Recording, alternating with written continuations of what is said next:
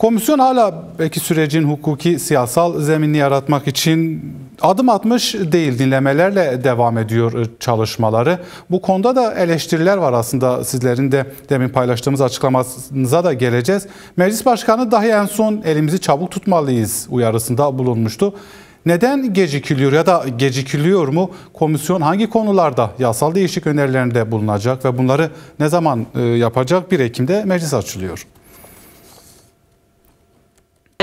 Aslında sürece baktığımız zaman dünyadaki bütün çatışma çözüm deneyimlerine baktığımız zaman Türkiye'deki eğer takvimi 1 Ekim olarak ifade edersek, 1 Ekim 2024 yılı olarak ifade edersek başlangıcı, o anlamıyla aslında olağanüstü bir hızda devam ettiğini söyleyebiliriz. Fakat biz 1 Ekim'le tarihi başlatırsak aslında yanılgılı bir şey olur. Çünkü Kürt sorunun demokratik çözümü ve Sayın Öcalan'ın baraj arayışları 1 Ekim'den sonra başlamış bir arayış değil. 93'ten bugüne kadar aslında Kürt sorunun demokratik çözümü için mücadele eden, bu anlamıyla bir muhatap arıyorum diye bunu da ifadelendirip gerçekten demokratik, eşitlikçi, özgürlükçü bir çözüm içinde sürekli görüş ve düşüncelerini ortaya koyan, bu konuda devlette çözüm aklının gelişmesi için mücadele eden, muhatap arayan bir yerde olduğunu biliyoruz. O anlamıyla aslında 93'ten bugüne kadar getirdiğimizde ciddi geç kalmış bir süreç olduğunun altını çizmemiz gerekiyor. Çünkü her geç kalınan günün bu ülkeye, bu ülke halklarına, bu ülke insanlarına ödettiği bir bedel var. O anlamıyla burada takvimi biz de dönem dönem bu geç kalmışlar ya da hızlı olmaya işaret ettiğimizde bize şöyle şeyler söyleniyor: ya daha 1 yıl bile olmadı, İşte bu kadar muazzam bir süreç yürüdü, İşte bu kadar muazzam bir hızla yürüyor. Biz de diyoruz ki hayır, böyle değil. Bunun bir arka planı var, bir tarihsel arka planı var.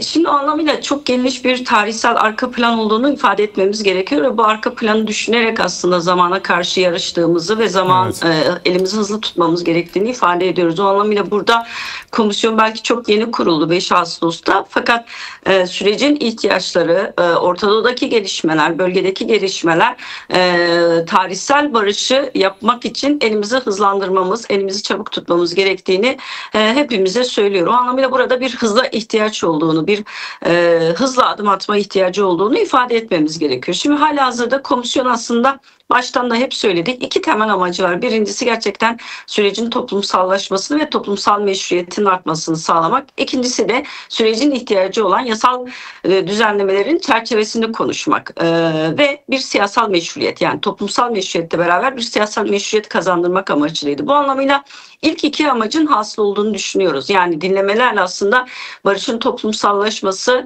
gerçek anlamda çeşitli çevrelerin önerileri, görüşlerinin dinlenerek bu sürece katkı ve katılımlarının alınması çok önemliydi. Bu hayli ciddi bir oranda gerçekleştiğini düşünüyoruz. İkincisi bir siyasal meşruiyet meselesi. Yani süreçte bir hem muhataplık, bu anlamıyla meclisin muhatap olması, mecliste bir komisyonun kurulması ve bunun çok geniş bir siyasal bileşimle kurulmuş olması, ki mecliste bir parti dışında bütün siyasal partiler bu sürecin içerisinde yer alıyorlar.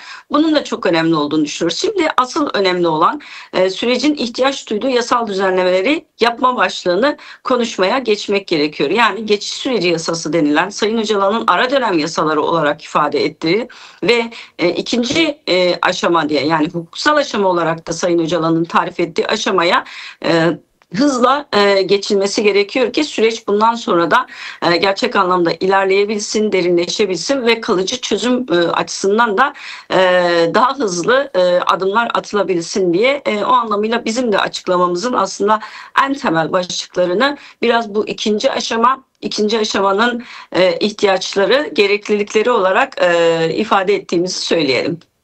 Aslında açıklamanızda 6 önemli başlık, 6 önemli noktadan da söz ediliyor. Dinlemelerle geçti. Evet. 12 toplantı, çok önemli öneriler de geldi bu dinlemelerde. Dikkat çeken noktalardan biri son 12. toplantıda bu sürece desteğin yüksek ancak güvenin az olduğu yönündeydi. Yapılan değerlendirmelerde düşünce kuruluşlarının yaptığı. Sizin de yaptığınız bu 6 maddelik açıklamayı da göz önünde bulundurduğumuzda ne yapılmalı? Siz aslında birçok noktaya da işaret ediyorsunuz. Evet, Açıklamamızda var aslında kısmi bir yol haritası olarak da açıklamamızı okumak mümkün. Evet. Yani bir gelinen aşamayı tarif ediyoruz. O anlamıyla dinlemelerle bir olgunluğa eriştiğini, farklı ideolojik politik motivasyonlardan olsa da insanların Kürt sorununun çözümü konusunda aslında ortaklaştığını görüyoruz. Yani Türkiye'nin Kürt sorununu demokratik ve barışçıl yollarla çözmesi gerektiği konusunda en uçta duranların da bir motivasyonu ve bir ortaklaşması olduğunu ifade edelim. O anlamıyla burada temel çıkış noktasının evet bu sorunu artık çözmek gerekiyor. Bu sorunu nihayete erdirmek, bitirmek gerekiyor noktasında bir ortaklaşma olduğunu görüyoruz. İkinci başlığımız aslında en önemli olanlardan birisi bir negatif barış koşullarının kısmen şu anda oluştuğunu, silah bırakma süreci devam ettikçe bu negatif barış koşullarının oluşmaya devam edeceğini ama meseleyi sadece bir negatif barış olarak ele almamak gerektiğini düşünüyoruz. Yani sırf Kürt sorunun çözümünü bir silah meselesine, silahların susma meselesine indirgememek gerekiyor. PKK'nın fesi meselesine indirgememek gerekiyor. Kürt sorunu çok derin kökleri olan, tarihsel, toplumsal, kültürel, ekonomik arka planı olan bir sorun. Devletin idari yapısından, daha doğrusu yapısal sorunlarından, demokratik olmamasından kaynaklanan bir sorun, o anlamıyla kök nedenleri var. Bu dönüp tekrardan kök nedenlere bakmak, kök nedenleri çözmek ve böylelikle pozitif barışı inşa etmek. Yani eşit, özgür, demokratik bir arada yaşayacağımız bir sistemi birlikte inşa etmek gibi bir sorumluluğumuz var. Pozitif barışı sağlarsak ancak o zaman biz Kürt sorunun demokratik ve barışçıl yollardan çözüldüğünü ifade edebiliriz. O zaman çözülmüş olur. O anlamıyla da sadece sonuçlar üzerinden değil, Kürt sorununun nedenlerini asıl konuşmaya ihtiyacımız var. Bugüne kadar komisyonun belki de en az konuştuğu başlıklardan birisinin aslında Kürt sorunun nedenleri olduğunu görüyoruz. Evet, farklı belki öneriler içerisinde soruna da kök nedenlere de işaret eden belirlemeler olmakla beraber temelinde bir kök neden tartışması halihazırda yürütebilmiş değiliz. Bunun temel bir ihtiyaç olduğunu düşünüyoruz. O anlamıyla kök nedenleri iyi tespit edip kök nedenleri çözersek sorunu da çözmüş olacağız. Bu en temel bakış açılarımızdan birisi. Diğeri, şimdi burada Sayın Öcalan'ın rolüne dikkat çekiyoruz açıklamamızda da. Bu çok önemli. Bizim açımızdan Sayın Öcalan'ın Kürt sorunu demokratik çözümünün baş aktörü olduğu, temel muhatabı olduğu ve bu konuda bu komisyonun bu kadar çok dinleme yaptığı bir yerde ki 12 oturum gerçekleştirdi.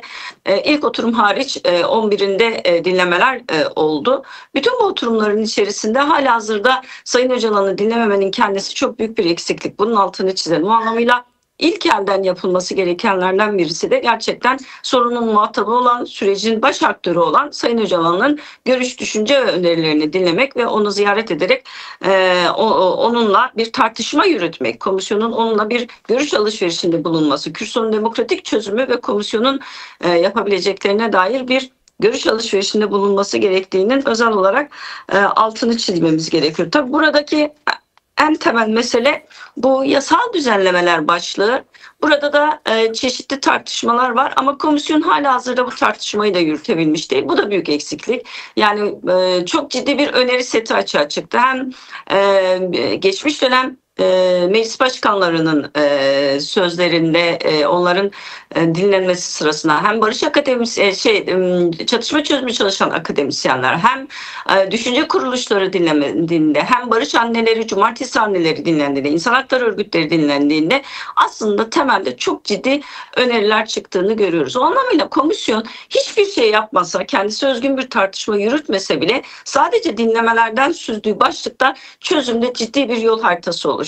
Çok açık ve net bunu ifade etmemiz gerekiyor. Yani eşitlik, özgürlük, demokrasi, demokratik bir birliktelik, eşit yurttaşlık, yasaların değiştirilmesi gibi çok ciddi öneriler vardı ve yine dünya deneyimlerinden referansla da bugüne bu komisyona ve Türkiye'ye öneriler vardı. Bunları bile önüne koysa çok ciddi bir yol alacağını düşünüyoruz. O anlamıyla burada daha fazla gerçek anlamda sürece yaymadan, daha fazla süreci risklere açık hale getirmeden çok hızlı bir şekilde bu yasa başlıklarını konuşmamız gerekiyor. Bizim buradaki önerimiz şu: her partinin kendi Kürt sorunu demokratik çözümü kapsamında ilk elden yapılması gerekenleri komisyona önermesidir. Bu konuda bir ortaklaşma, bir uzlaşı sağlanarak da çok hızlı bir çözüm çerçeve yasası ilk elden olmak üzere diğer bütün başlıkların çerçevesinin belirlenerek genel kurula ve ihtisas komisyonlarına gönderilmesi yönünde de bir önerimiz olduğunu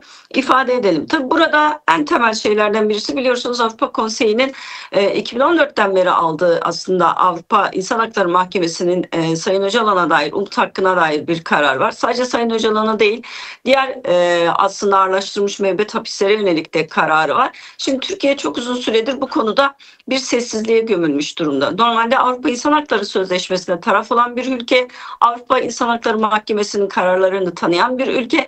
Fakat söz konusu Sayın Öcalan ve umut hakkı meselesi olunca burada bir görmezden gelme, sürece yayma gibi bir pozisyon olduğunu görürüz. Buradan hızla vazgeçmek gerekiyor. Birincisi, bu meseleyi belki umut hakkı tartışması Sayın Öcalan'ın nezdinde kamuoyunun gündemine ve Türkiye kamuoyunun gündemine geldi ama çok geniş bir mesele olduğunu, umut hakkının bir ilke olduğunu, aslında umut ilkesinden referansla hızla yol almak gerektiğini ifade edelim. Bu anlamıyla Avrupa Konseyi'nin son oturumunda Türkiye Büyük Millet Meclisi'nde kurulan komisyona atıf yapması, komisyonun bu işi çözeceğine dair belirlemede, yani çözmesi gerektiğine dair belirlemede bulunması, Türkiye'de yürüyen sürece atıfta bulunmasının da çok kıymetli olduğunu düşünüyoruz. Belki şöyle kaba haliyle eline alınabilir, yani bir yıl daha süre uzatıldı gibi bir bakış açısı olabilir ama hayır, bir yıl öncesinden, yani Avrupa Konseyi'nin geçen yıl verdiği bir yıl uzatma kararıyla bu yıl verdiği bir yıl uzatma kararının konjüktürü açısından farklılıklar var. Artık Türkiye'de bir süreç var. Kürt sorunun demokratik çözümü konusunda bu konuda atılmış atımlar var. Sayın Öcalan'ın 27 Şubat çağrısı var. PKK'nin 5-7 Mayıs tarihinde aldığı kongre kararları var. Ve en nihayetinde 11 Temmuz'da silah yakma töreninin kendisi var. Eyleminin kendisi var. Bütün bunları üst üste koyduğumuz zaman umut hakkı meselesinde Avrupa Konseyi'nin yeni aldığı karar ve meclis komisyonuna atıfta bulunması, buradan beklenti içerisinde olup buranın çözmesi, Türkiye'nin bu sorunu hızlı bir şekilde bu yolla çözmesi, Kürt sorunun demokratik çözümünün içinde bir mesele olarak görüp çözmesi gerektiğine dair belirlemesinin de önemli ve kıymetli olduğunu düşünüyoruz. O anlamıyla Sayın Öcalan'ın sürecin ilerlemesi, gelişmesi ve barışla taçlanması, barışla sonuçlanması için hızlı bir şekilde görüş, düşünce ve önerilerinin ilk elden alınmasıyla beraber sağlık, güvenlik ve özgürlük koşullarının sağlanması ve umut hakkı ilkesinin de temel bir ilke olarak tartışılıp bu konuda da mutlaka düzenleme yapılacak bir iklimin, bir yaklaşımın da ortaya konulması gerekiyor. Bütün bunlardan azade, yani yasal düzenlemelerden azade, demokratikleşmeden azade, Sayın Öcalan'ın özgürlük koşullarından, güvenlik koşullarından azade, onun çalışma koşullarından azade bir süreç tartışması yürütmenin doğru olmayacağı kanaatindeyiz. Bugün baş muhatapsa, baş aktör Sayın Öcalan, ki bizim açımızdan öyle, Kürt halkı açısından böyle. O zaman hızlı bir şekilde bütün bunun gereklerinin de yapılması ve bu konuda da adım atılması gerekiyor. Son bir başlık olarak şunu söylememiz gerekiyor. Bir akademisyene atıfla zaten metnimizde de vardı. Her barış demokrasiyi getirmez belki ama biliyoruz ki Kürt sorunu çözülmeden Türkiye demokratikleşemez. Bu çok açık ve net bir şey. Bugün Türkiye'nin otoriter bir rejime doğru hızla yol alması, antidemokratik uygulamaların bu kadar yaygınlaşması, gündelik hayatımızda hemen hemen her şeyin zapturapt altına alınmasının temel kök nedenlerinden birisi Kürt sorunudur. Türkiye'deki Kürt sorununu çözmeden Türkiye'de bir demokrasi mücadelesinin, demokratikleşmenin olması düşünülemez. O anlamıyla bugün kim olursa olsun, sağcısı, solcusu, Kemalisti, mütedeyini, kadını, genci, erkeği, emekçisi, bu ülkede demokrasi isteyen, iş isteyen, aş isteyen, ekmek isteyen, gelecek isteyen herkesin en başta barış ve demokratik toplum sürecine sahip çıkması, çözüm mücadelesini ilerletmesi ve buna sahip çıkması gerektiğini düşünüyoruz. Çünkü bunlar birbirine çok bağlı, birbirini birebir etkileyen en temel başlıklar.